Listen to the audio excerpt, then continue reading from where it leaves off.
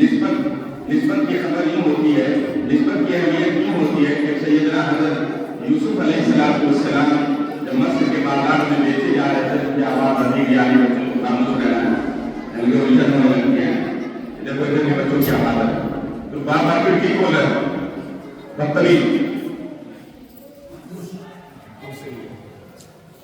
سیدنا یوسف علیہ السلام کو جب مصر کے بازار میں بیچا جا رہا تھا تو اس خریدنے والوں میں بادشاہ سے لے کر کے اور زمیندار اور کسان اور مزدور سبھی لوگ تھے۔ اس میں ایک بڑھیا مزدور کا ڈاکٹر لے کر آئی اور کہنے لگی کہ میں بھی سیدنا یوسف کے خریدار بننا چاہتی ہوں۔ تو لوگوں نے کہا کہ تم تو تمہیں خود ہی پیٹ بھرنے کا کوئی وہ نہیں ہے، نہ روٹی ہے نہ کچھ بھی ہے، دن بھر تم کوئی بیچتی ہو تو کیا شمار ہوگی؟ وہ یہ کہنے لگی جب اللہ تبارک و تعالیٰ کی کہا حضرت یوسف کے خریداروں کے نام لیے جائیں گے تو میرا بھی نام آ جائے گا۔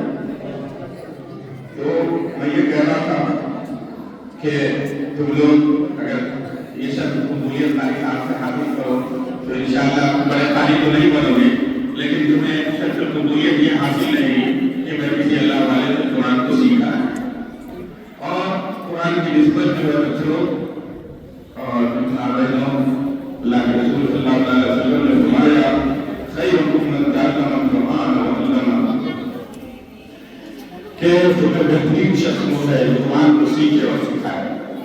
تو یہ بہت بڑی افضلیت کی بات ہے کہ اللہ کے رسول نے کہیں پہ یہ نہیں فرمایا کہ یہ کسی کو مال کی نسبت سے کہا ہو کہ تمہاری سب سے افضلیت ہے، کسی کو دولت کی نسبت سے کہا ہو، کسی کے پاس کار ہو بنگلہ ہو اس نسبت سے نہیں کہا، بلکہ یہ فرمایا جو سب سے بہترین قرآن کو پڑھتا ہو، سیکھتا ہو، سکھاتا ہو وہ دنیا کا سب سے اہم ترین شخص ہے۔ میرا اصول بھی یہی ہے، میرا ضابطہ بھی یہی ہے کہ میں اسی آدمی کو سب سے اہم اور برتر سمجھتا ہوں جو قرآن کی نسبت سے سارے لوگ لگے ہوئے نسبت سے لگے رہتے ہیں، لیکن میرا ایک اصول اور ضابطہ یہ ہے کہ میں اس آدمی کو اہمیت دیتا ہوں جو اللہ کے کلام سے لگا ہوا۔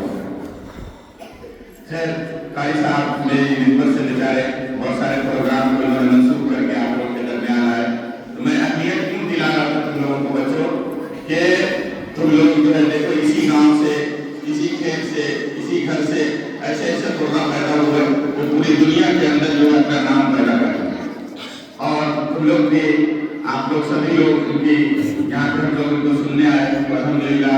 اس لیے سمجھ لیجیے کہ جس طرح وہ بڑھیا جو تھی وہ سیدنا یوسف کے خریداروں میں نام آیا تھا، تو آج بھی ہم لوگوں کا بھی قاری صاحب، قاری وزیر اعظم صاحب، مولانا مصطفیٰ صاحب کی لسٹ میں ہم لوگوں کا بھی نام ہوگا کہ ان لوگوں کے ساتھ ہم بیٹھے تھے اور ان کا ان کے خلاف کو سن رہے تھے، ان سے قرآن سیکھ رہے تھے۔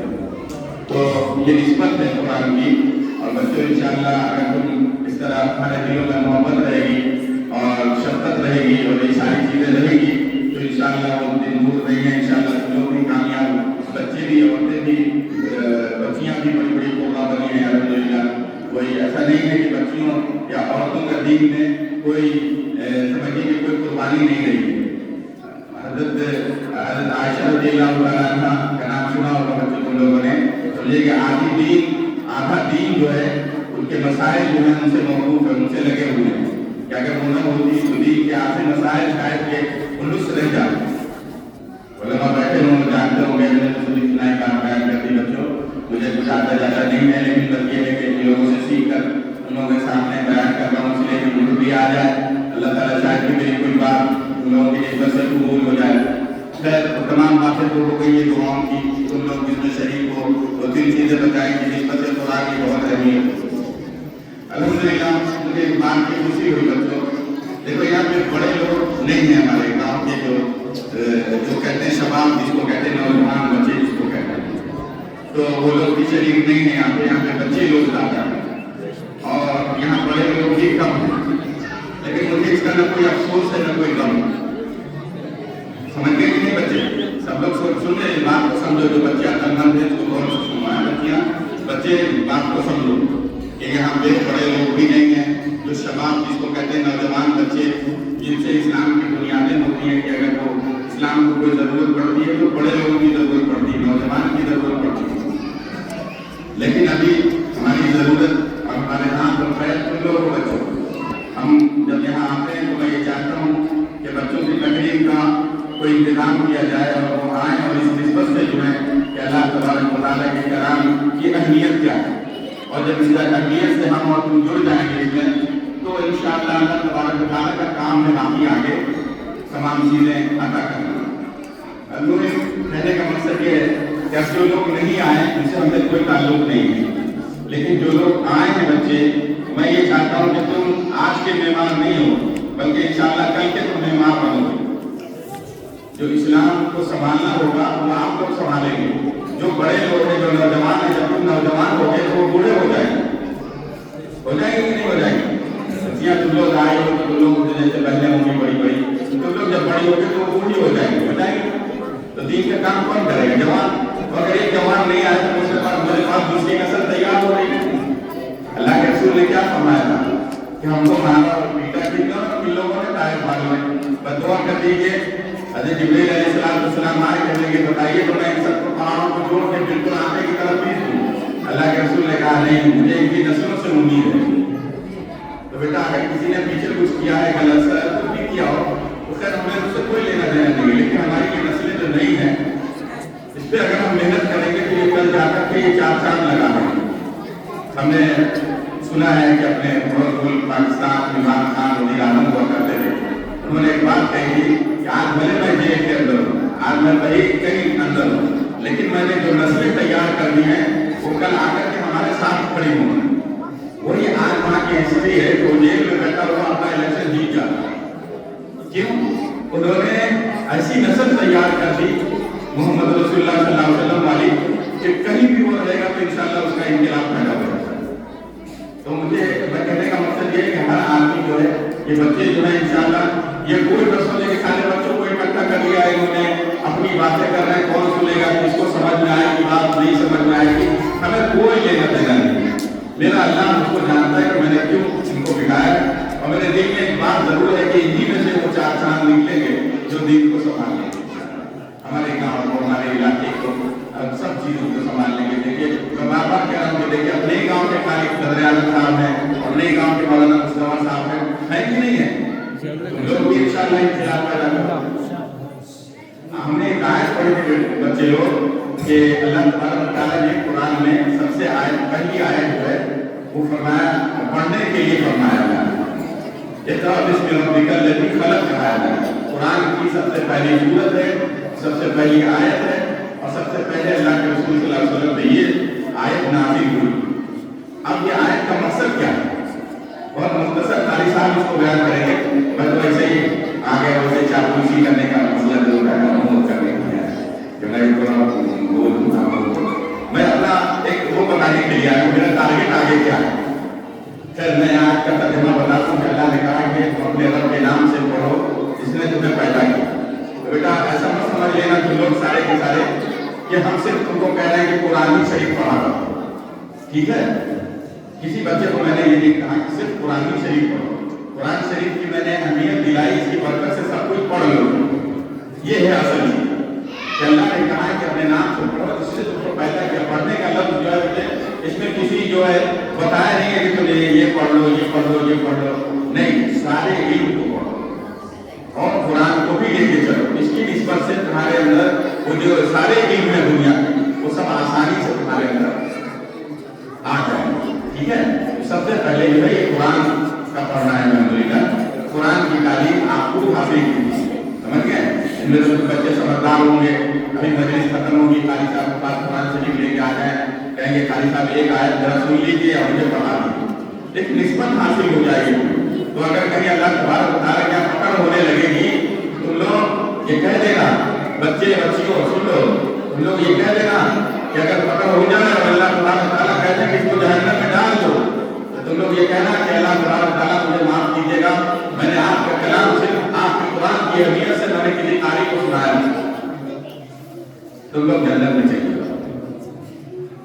میں نے کتنے واقعات سنے، اس طرح کے کتنے واقعات سنے کہ اللہ تبارک و تعالیٰ نے ایسے ایسے لوگوں کو بخشش کر دی کہ لوگ مرے اور ان کی جنازے میں بڑے بڑے ولی آئے، پوچھا گیا کہ یہ آدمی کیا کام کرتا تھا، کسی کو نہیں معلوم۔ شام سے صبح تک تو یہ گالیاں بکتا تھا، شام سے صبح تک تو یہ لڑائیاں کرتا تھا، شام سے صبح تک تو یہ جنگلوں میں جا کر کے چوریاں کرتا تھا۔ لیکن جب ان کے جنازے میں لوگ آئے، لوگ حیران رہے کہ یار یہ تو اپنا بیکار آدمی کا اس کے جنازے میں ایسے ایسے لوگ کہاں سے آ گئے؟ تو اب یہ بتائیں تو کون بتائے اس کی حقیقت؟ تو گھر کی حقیقت کون بتاتا ہے؟ جیسے گھر میں کہتے ہیں گھر کا بیٹی لڑکا جائے، تو گھر کا بیٹی جو ہوتا ہے گھر کی عورتیں ہوتی ہیں، بیٹی کا مطلب سردار، اور گھر کے جو حالات پتہ ہوتے ہیں سب سے زیادہ اپنی ماں اور بھائیوں کو پتہ ہوتا ہے۔ تو علماء نے کہا کہ ہم لوگ چلتے ہیں ان کے گھر تعزیت کرنے کے لیے، کسی کے گھر میں انتقال ہو جائے تو ہمارے یہاں تو یہ ہے کہ مٹی دے کر آئے تو سب سو جاتے ہیں، نہیں 3 دن تک ان کے گھر پہ جا کر کے 5 منٹ بیٹھ کے آ جاؤ، ان کے دل جوئی ہو جایا کرے۔ لیکن یہاں تو ہم دیکھتے ہی نہیں ہیں، مٹی ڈالنے گئے بس وہیں سے سب غائب ہو جاتے ہیں۔ ارے آؤ 3 دن ان کی تعزیت میں رہو، عیادت المریض، اسلام یہ سب چیزیں جو اسلام کی اس میں سے ہیں، آیا کریں، ان کے دل جوئی ہو 3 دن تک لکھا ہوا ہے۔ لیکن یہاں 3 دن کا مٹی دینے کا کوئی پوچھتا بھی نہیں، کم سے کم یہی پوچھ لینا کیسی طبیعت تھی، بہت اچھے آدمی تھے تمہارے والد صاحب، بہت نیک تھے، تو یہ تھا وہ تھا ہمارے ساتھ، یہ رہا، کسی نہ کسی کے ساتھ تو معاملات رہے ہوں گے، تو یہ سب چیزیں پوچھی جاتی ہیں، سب چیز سیکھنے کی ہیں، سکھانے کی ہیں۔ الحمدللہ یہ سب بچوں کو لوگ کرنا اچھا سمجھ گئے بچوں بچیاں۔ المہم بیٹے اب دیکھیے یہاں پہ تحفیظ قرآن کی نسبت سے یہ ہم لوگوں نے آپ لوگوں کو جمع کیا، ٹھیک ہے؟ اس میں بچے زیادہ بھی ہو گئے ہیں، ٹھیک ہے؟ اب جتنے بچوں کو انعام ملے گا لے لینا خوشی سے، لیکن جو باقی رہ جائیں گے ان کو میں انعام دوں گا، ٹھیک ہے؟ میں مؤذن صاحب کو لکھوا دوں گا کتنے بچے رہ گئے، سب کا انعام انشاءاللہ سب کے گھر پہ پہنچوا دوں گا، سمجھ رہے ہیں؟ اور پھر آنے والے سال میں تم لوگ پھر آنا بیٹے، تو پھر تم لوگوں کو بڑا سے بڑا انعام دیا جائے، ٹھیک ہے؟ تم لوگ 1 سال کی عمر اور بڑھ جائے گی تمہاری، بہت سمجھدار ہو جاؤ گے، قرآن کی اہمیت اور سمجھ میں آنے لگے گی، ٹھیک ہے؟ مجھے تمہیں تیار کرنا ہے، مجھے کسی سے اور کوئی تعلق نہیں ہے، تم لوگ تیار ہو جاؤ گے پھر تمہارے ساتھ دوسرے لوگ تیار ہو جائیں گے۔ الحمدللہ تم لوگ کسی طرح قرآن سے جڑے رہو، پڑھتے لکھتے رہے آپ لوگ، ہم انعام دیتے رہیں گے، تم لوگ پڑھنے کا سوال دو، ہمیں انعام کا سوال ملنا چاہیے، ٹھیک ہے بچوں؟ تو بچے بہت ہو گئے، شاید مولوی صاحب نے تفصیل انعامات کم رکھا ہے انہوں نے، تو جو بچ جائیں لسٹ میں نام لکھا دیجیے گا اور سب کے گھر انعام پہنچایا جائے گا، لیکن سب لوگ اس نسبت سے اور آگے سال امید لگا کے بیٹھے تو پھر ہمیں انعام ملے گا قرآن کی نسبت سے بیٹھے، ٹھیک ہے؟ اور دعا کرنا کیا بڑا پروگرام کریں گے، اب ہم بریانی بھی بنائیں گے، ٹھیک ہے؟ یہیں پہ تم لوگ کھانا بھی کھانا بچوں، دعا کرنا اچھا سب لوگ، اور انشاءاللہ اب ہم نے پہلی بار دیکھا تم لوگ اتنے لوگ جمع ہوئے، بڑی خوشی ہوئی، الحمدللہ۔ بس اسی طرح لگے رہنا، مسجد سے جڑے رہو، مسجد سے جڑے رہیں، قرآن سے جڑے رہیں، کہیں سے کوئی بچہ ہو، کوئی پروگرام ہو، دین کی نسبت سے وہاں چلے گئے، یہ سب چیزیں جو ہے بہت اہمیت رکھتے، بھلے تمہیں کچھ ہو جائے، گھومنے کی نیت سے شریک ہو گئے تمہیں اس کا بھی ثواب مل جائے گا، ٹھیک ہے؟